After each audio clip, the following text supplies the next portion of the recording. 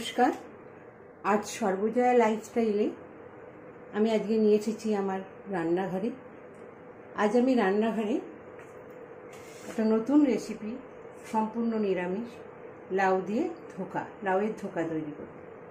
এর জন্য আমি লাউটাকে ঠিক এরকমভাবে কেটে নিচ্ছি। হাফ লাউকে কেটে নিয়ে এটাকে আমি এখানটায় একটু ব্লেন্ড করব পুরোটাই। আর এদিকে ছোলার ডাল আমি ভিজিয়ে নিয়েছি। এবার স্টেপ বাই স্টেপ আমি দেখাবো।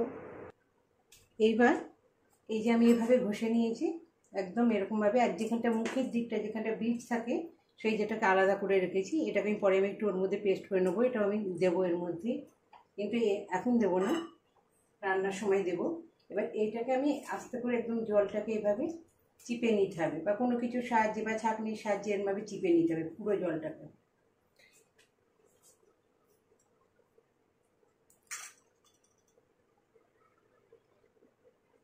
এইভাবে লাউটাকে, জল আর লাউ এরকমভাবে আলাদা করে নেব। এটাকে রেখে দেবো আমি, জলটা পরে কাজে লাগবে।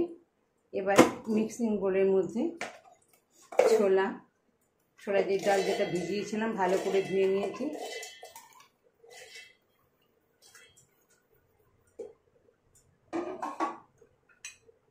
তার মধ্যে দুটো কাঁচা লঙ্কা দিয়ে দেবো, একটু আদার টুকরো দিয়ে দেবো,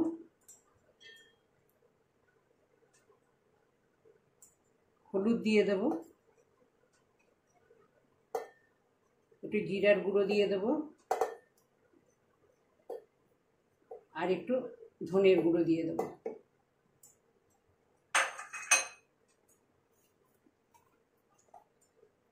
এবার কিছুটা আন্দাজ মতো, যারা যেরকম হিং পছন্দ করেন একটু হিং দিয়ে নেব।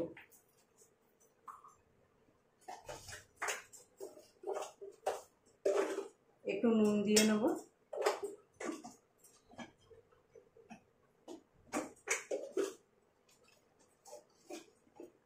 সামান্য চিনিও দিয়ে নেব। এবার আমি এটাকে পেস্ট করে নেব। এবার লাউয়ের যে অংশটা, উপরের অংশটা একটু ছোটো ছোটো করে কেটে নিলাম, কেটে আমি এটা বোলের মধ্যে দিয়ে দিলাম। এবার এর সঙ্গে দুটো কাঁচা লঙ্কা আর কিছুটা আদার টুকরো দিয়ে এটাকেও আমি একটা আলাদা করে পেস্ট করে নেব। ছোলার ডালটাই যেরকমভাবে পেস্ট করে নিয়েছি, হ্যাঁ সেই পেস্টটাকে করে নিয়েছি, এইরকম করে নিয়েছি। লাউয়ের যে উপরের বীজের যে অংশটা সেটাকে আমি এইভাবে পেস্ট করে নিয়েছি, আর কিছুটা রাঁধুনি পেস্ট করে নিয়েছি। আর লাউয়ের জলটা রয়েছে, এটার পরে কাজে লাগাবো। এবার কড়াইয়ে আমি সাদা তেল দিয়ে নিয়েছি। এবার তার মধ্যে আমি কিছুটা কালো জিরে দিয়ে দেবো,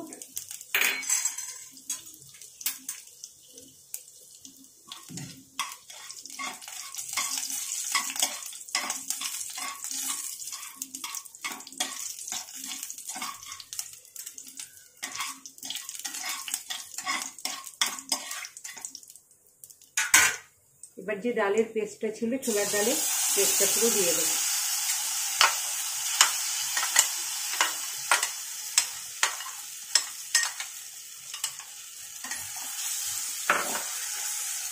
এবার এটাকে আমি একটু ভাজা ভাজা করবো।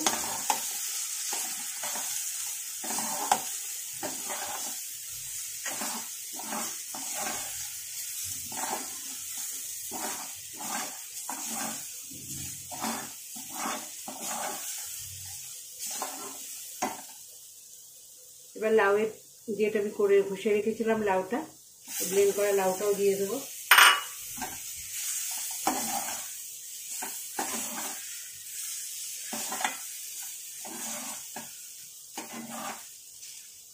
আঠালো টাইপের, এবারটা দলা টাইপের হয়ে আসবে, তখন গ্যাসটা অফ করে দেবো। যেমন এই যে এরকম দলা টাইপের হয়ে আসছে, উঠে আসছে কড়াই থেকে, অফ করে দিলাম। এবার একটা থালার মধ্যে একটু তেল নিয়ে নিলাম ভালো করে।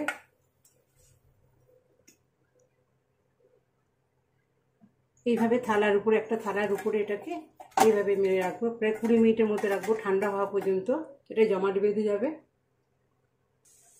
ধোকার যখন 20 মিনিট হয়ে যাবে তখন ধোকার পিসগুলোকে ঠিক এভাবে কেটে নিতে হবে। টুকরো করে যেরকম শেপ দিতে পারেন সেরকম দেবেন, এভাবে টুকরো করে কেটে নিতে হবে। একটা কড়াইয়ে তেল গরম করে এবার টুকরোগুলোকে একটা করে ভেজে তুলে নেব।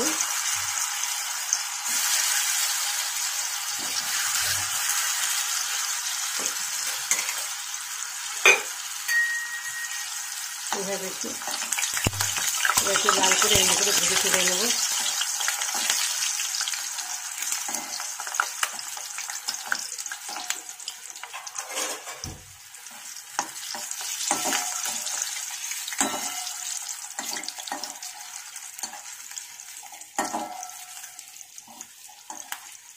এইভাবে লাল করে ভেজে এগুলো একটা একটা করে সব কটাকে তুলে ভেজে এভাবে তুলে নেব।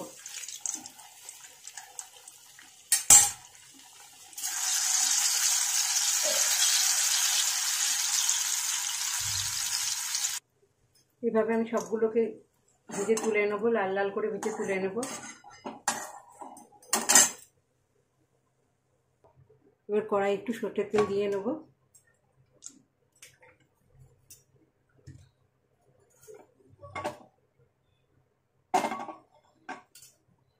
তেলটা একটু গরম হয়ে গেলে ওর মধ্যে 5 ফোড়ন,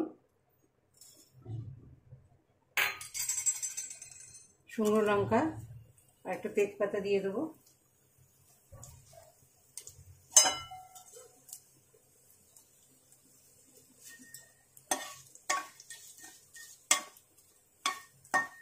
এটা একটু এবার ভাজা ভাজা করে নেব। ফোড়নটা এরকম ভাজা হয়ে গেছে। এবার যে লাউয়ের যে উপরে যে বীজের দিকের অংশটা যে আমি পেস্ট করে রেখেছিলাম লঙ্কা আর আদা দিয়ে, সেটাকে দিয়ে দেবো।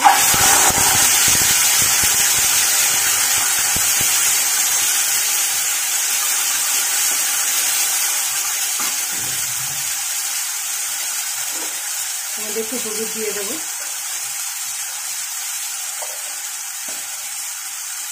একটু নুন দিয়ে দেবো,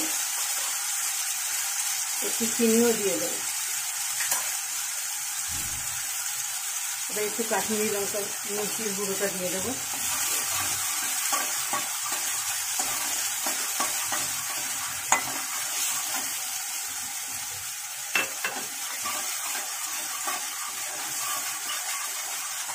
ভালো করে ভাজা হয়ে গেলে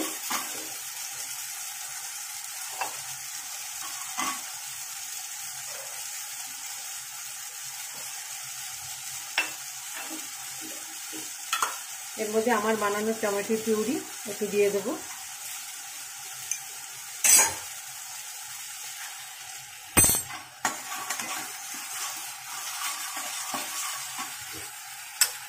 আর রাঁধুনি বাটাটা দিয়ে দেবো এর মধ্যে।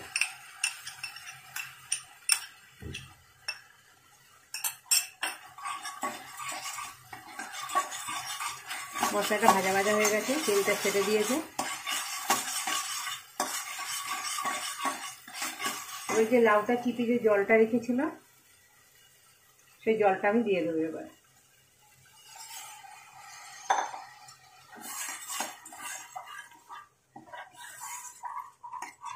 না আরেকটু জল দেবো আমি।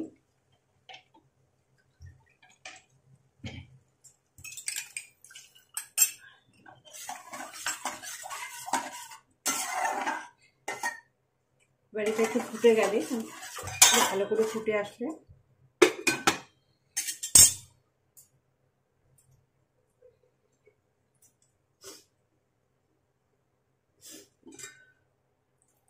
হ্যাঁ ফুটে এসছে।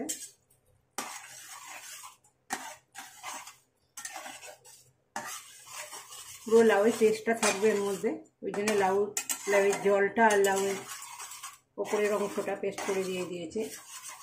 পুরো ফ্লেভারটা লাউয়েরই থাকবে এর মধ্যে। এসবে ফুটে গেছে, এগুলো আমি এবার ছেড়ে দেবো এর মধ্যে। এবার এটাকে খুব বেশি করে এখানে রাখা মানে প্রয়োজন নেই, বেশিক্ষণ এখানে ফোটানোর আর প্রয়োজন নেই। 1 থেকে 2 মিনিট এটাকে একটুখানি সিম আছে একটুখানি এটাকে করে নেবো।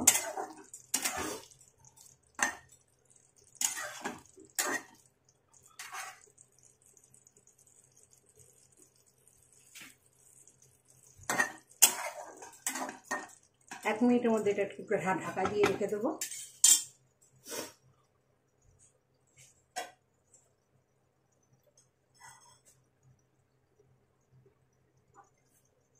এবার ঢাকনাটা উল্টে ব্যাস হয়ে গেছে। 1 মিনিটের মতো রাখলেই হয়ে যাবে, কারণ এটা টেনে নেবে। এটাকে নামিয়ে নেব।